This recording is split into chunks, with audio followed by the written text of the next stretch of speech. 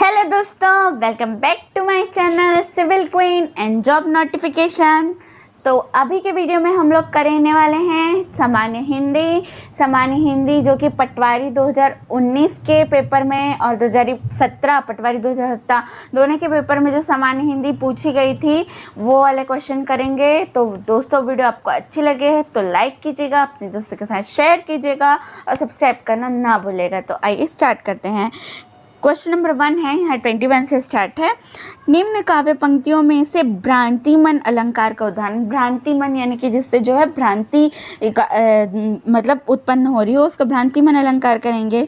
तो इसमें जो है, जब मैंने ये क्वेश्चन आया था तब मैं तो ये बी लगा के आई थी, लेकिन इसका आंसर बी नहीं है। पाए महावर दैन को नाइन बैठी आए, फिरी फिरी जानी महावरी एड़ी मिटती जाए, है ना। यानी कि यहाँ पे जो नायिका है उस जब वो महावर लगाती है, महावर लगा रही है, महावर यानी कि माहौर, और माहौर लगाते लगाते उसको जो है क्या हो रहा है, आभास हो रहा है या मतलब भ्रम हो रहा है कि उसमें तो महावर पहले से ही लगा हुआ है। तो जहाँ पर जो है समानता के कारण किसी वस्तु में अन्य वस्तु का भ्रम हो, वहाँ पे जो है भ्रांतिमय अलंकार होता है। ठीक है। फिर दोहा छंद के प्रत्येक चरण में कितनी मात्राएं होती है? तो दोहा छंद के प्रत्येक चरण में जो है दोहा में 13-11 मात्राएं होती है। ठीक है। पहले 13, फिर 11, फिर 13, फिर 11, और सोठा जो है जस्ट इसका उल्टा होता है। ठीक है। तो आप दोहा याद रख लीजिए, सोठा अपने याद रहेगा। ठीक है। फिर नेक्स्ट क्वेश्चन है, निम्नलिखित में से कौन सा शब्द अ उपसर्ग युक्त है ना। तो अचेत में भी अ है, अथाह में भी अ है और अबेर में भी अ है। तीनों का जो है हम संधि विच्छेद करेंगे तो जो है तीनों में आएगा, तो तीनों जो है उपसर्ग वेद है। ठीक है। फिर निम्नलिखित शब्दों में से कौन सा शब्द हिंदी भाषा के शब्द भंडार में शामिल तद्भव शब्द है ना। देखो, दो टाइप के शब्द होते हैं, तत्सम और तद्भव, जो कि एग्ज़ाम में मतलब बिल्कुल पूछे ही जाते हैं, है ना।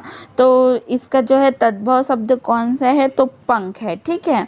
फिर नेक्स्ट क्वेश्चन है, निम्नलिखित चारों विकल्पों में प्रथम शब्द के बाद 3 अन्य शब्द है, इनमें से प्रथम शब्द के अनेकार्थी शब्द का सही विकल्प कौन सा है? तो ये वाला क्वेश्चन तो विलोपित कर दिया है, इसको हम लोग भी नहीं पढ़ते हैं। फिर नेक्स्ट क्वेश्चन है, ये क्वेश्चन भी विलोपित है। फिर नेक्स्ट क्वेश्चन है, बाह्य प्रयत्न के आधार पर वर्णों के मुख्यतः कितने भेद होते हैं? तो बाह्य प्रयत्न के आधार पर जो है वर्णों के कुल 2 भेद होते हैं। तो 2 कौन कौन से हैं? तो अल्प प्राण और महाप्राण। ठीक है। जो भी हमारी हिंदी वर्णमाला है ना, उसमें जो है दो बाह्य प्रयत्न के आधार पर जो 2 भागों में बांटा गया है, अल्प प्राण और महाप्राण।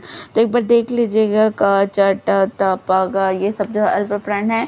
ये जो आप लोगों को एक बार इमला लेखन के हिसाब से जो पूरा याद रखना पड़ेगा, याद करना पड़ेगा, तभी आप जो है डिफ्रेंशिएट कर पाएंगे कि अल्प प्राण है और ये महाप्राण है।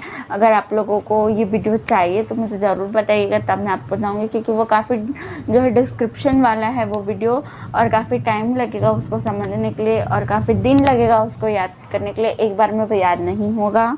फिर नेक्स्ट क्वेश्चन है, शास्त्रों की बात में कविता का दखल समझना यह भी धर्म के विरुद्ध है। इस वाक्य में यह किस प्रकार का सर्वनाम है ना।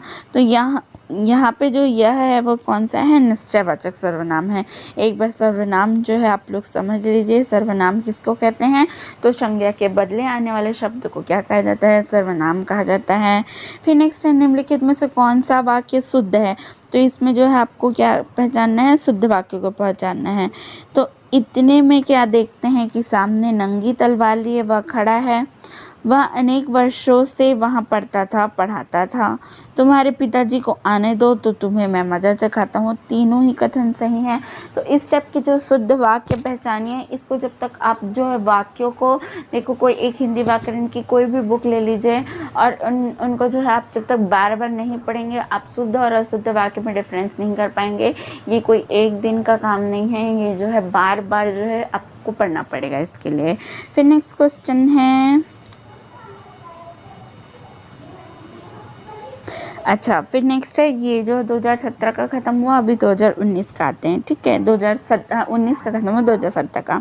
जो सब कुछ जानता हो वाक्यांश के लिए शब्द है। तो सब कुछ जानने वाला को क्या बोलते हैं? सर्वज्ञ बोलते हैं। और जो कम जानता है उसको अल्पज्ञ बोला जाता है, तो इसमें सर्वज्ञ आंसर होगा। फिर नेक्स्ट क्वेश्चन है, कपटी मित्र किस मुहावरे का अर्थ है? तो कपटी मित्र जो किसको बोलते हैं? आस्तीन के सांप को बोला जाता है, ठीक है। फिर नेक्स्ट है, रक्त के संस्थापक आचार्य हैं, तो कौन है? ये मैंने जो है थंबनेल में भी डाला हुआ है, भरत मुनि है। कौन है? भरत मुनि है। फिर नेक्स्ट क्वेश्चन है, निम्नलिखित में से कंठव्य व्यंजन है। देखो ये वाले भी जो कंठव्य और बहुत सारे होते हैं, तालव्य, बहुत सारे होते हैं, मुझे अभी रिमाइंड नहीं है, लेकिन आप लोगों को इसकी भी क्लास चाहिए होगी जिसमें पूरा डिस्क्रिप्शन हो, तो आप लोग एक बार मुझे बता दीजिएगा, मैं सारा कुछ आप लोग को डिस्क्राइब कर दूंगी। तो इसमें जो कंठव्य व्यंजन है वो है ग, ठीक है।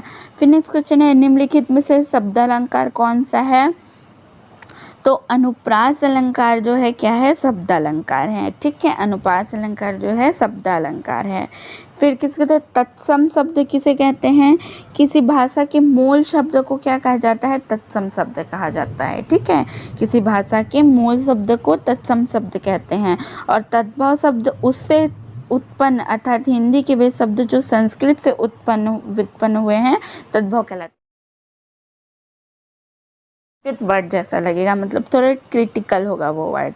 फिर नेक्स्ट क्वेश्चन है, घर की मुर्गी दाल बराबर कहावत का अर्थ है? तो घर की मुर्गी दाल बराबर यानी अपने आदमी को क्या है? महत्व कम देना, है ना। कोई चीज़ होता है, लो यार अपने, हाँ हमारा तो कोई महत्व नहीं, हम तो घर की मुर्गी दाल बराबर हैं, ऐसे कहते हैं लोग, है ना। फिर नेक्स्ट क्वेश्चन है, दुर्नीति का सही संधि विच्छेद है? तो दुर्नीति जो है विसर्ग संधि है, जिसका संधि विच्छेद होगा दूह, द में छठई की मात्रा और आम की मात्रा प्लस नीति, ठीक है। फिर नेक्स्ट क्वेश्चन है, सोठा के विषम चरणों में कितनी मात्रा होती है? मैंने बोला आपको, आप जो है वो याद कर लीजिए, क्या बोलते हैं, दोहा याद कर लीजिए, सोठा अपने आप याद हो जाएगा। तो 13 11 13 11 था, तो इसमें 11 13 11 13 हो जाएगा। तो विषम चरण में 1 और 3 में कितनी हो जाएंगी? 11 11 मात्रा हो जाएंगी, ठीक है। फिर नेक्स्ट है, ये चीज़ें तुम्हारा जी ललचाती है, इस वाक्य में ललचाती है में किस क्रिया का उदाहरण है? तो ललचाती है, देखो क्रिया जो है सकर्मक अकर्मक होती है ना, तो दोनों में से एक पहचानना होता है। ये थोड़ा डिफ़िकल्ट है, आप सकर्मक अकर्मक पहचानना तो मैं भी आज तक नहीं सीख पाई हूँ, तो लेकिन उसके लिए भी प्रैक्टिस की ज़रूरत है, मतलब बार बार जब तक आप एग्जाम्पल्स नहीं करेंगे आपको नहीं बनने वाला है ना। तो ये चीज़ें तुम्हारी है, जी ललचाती है, इस वाक्य में ललचाती है, ये किस क्रिया का उदाहरण है? तो सकर्मक है, ये समर्थक क्रिया का सकर्मक है वो, है ना, सकर्मक क्रिया का उदाहरण है। फिर नेक्स्ट क्वेश्चन है, अच्छा ठीक है, फिर ये वीडियो यहीं ख़त्म होती है। आपको हिंदी से रिलेटेड और वीडियो चाहिए होगी तो मुझे इन्फॉर्म कीजिएगा, और अगर आपको कुछ बुक लेना हो तो मैं डिस्क्रिप्शन बॉक्स में डाल दूँगी, आप वहाँ से जाके परचेज़ कर सकते हैं। तो दोस्तों मेरे वीडियो को लाइक कीजिएगा, अपने दोस्तों के साथ शेयर कीजिएगा और सब्सक्राइब करना ना भूलिएगा। Thank you so much.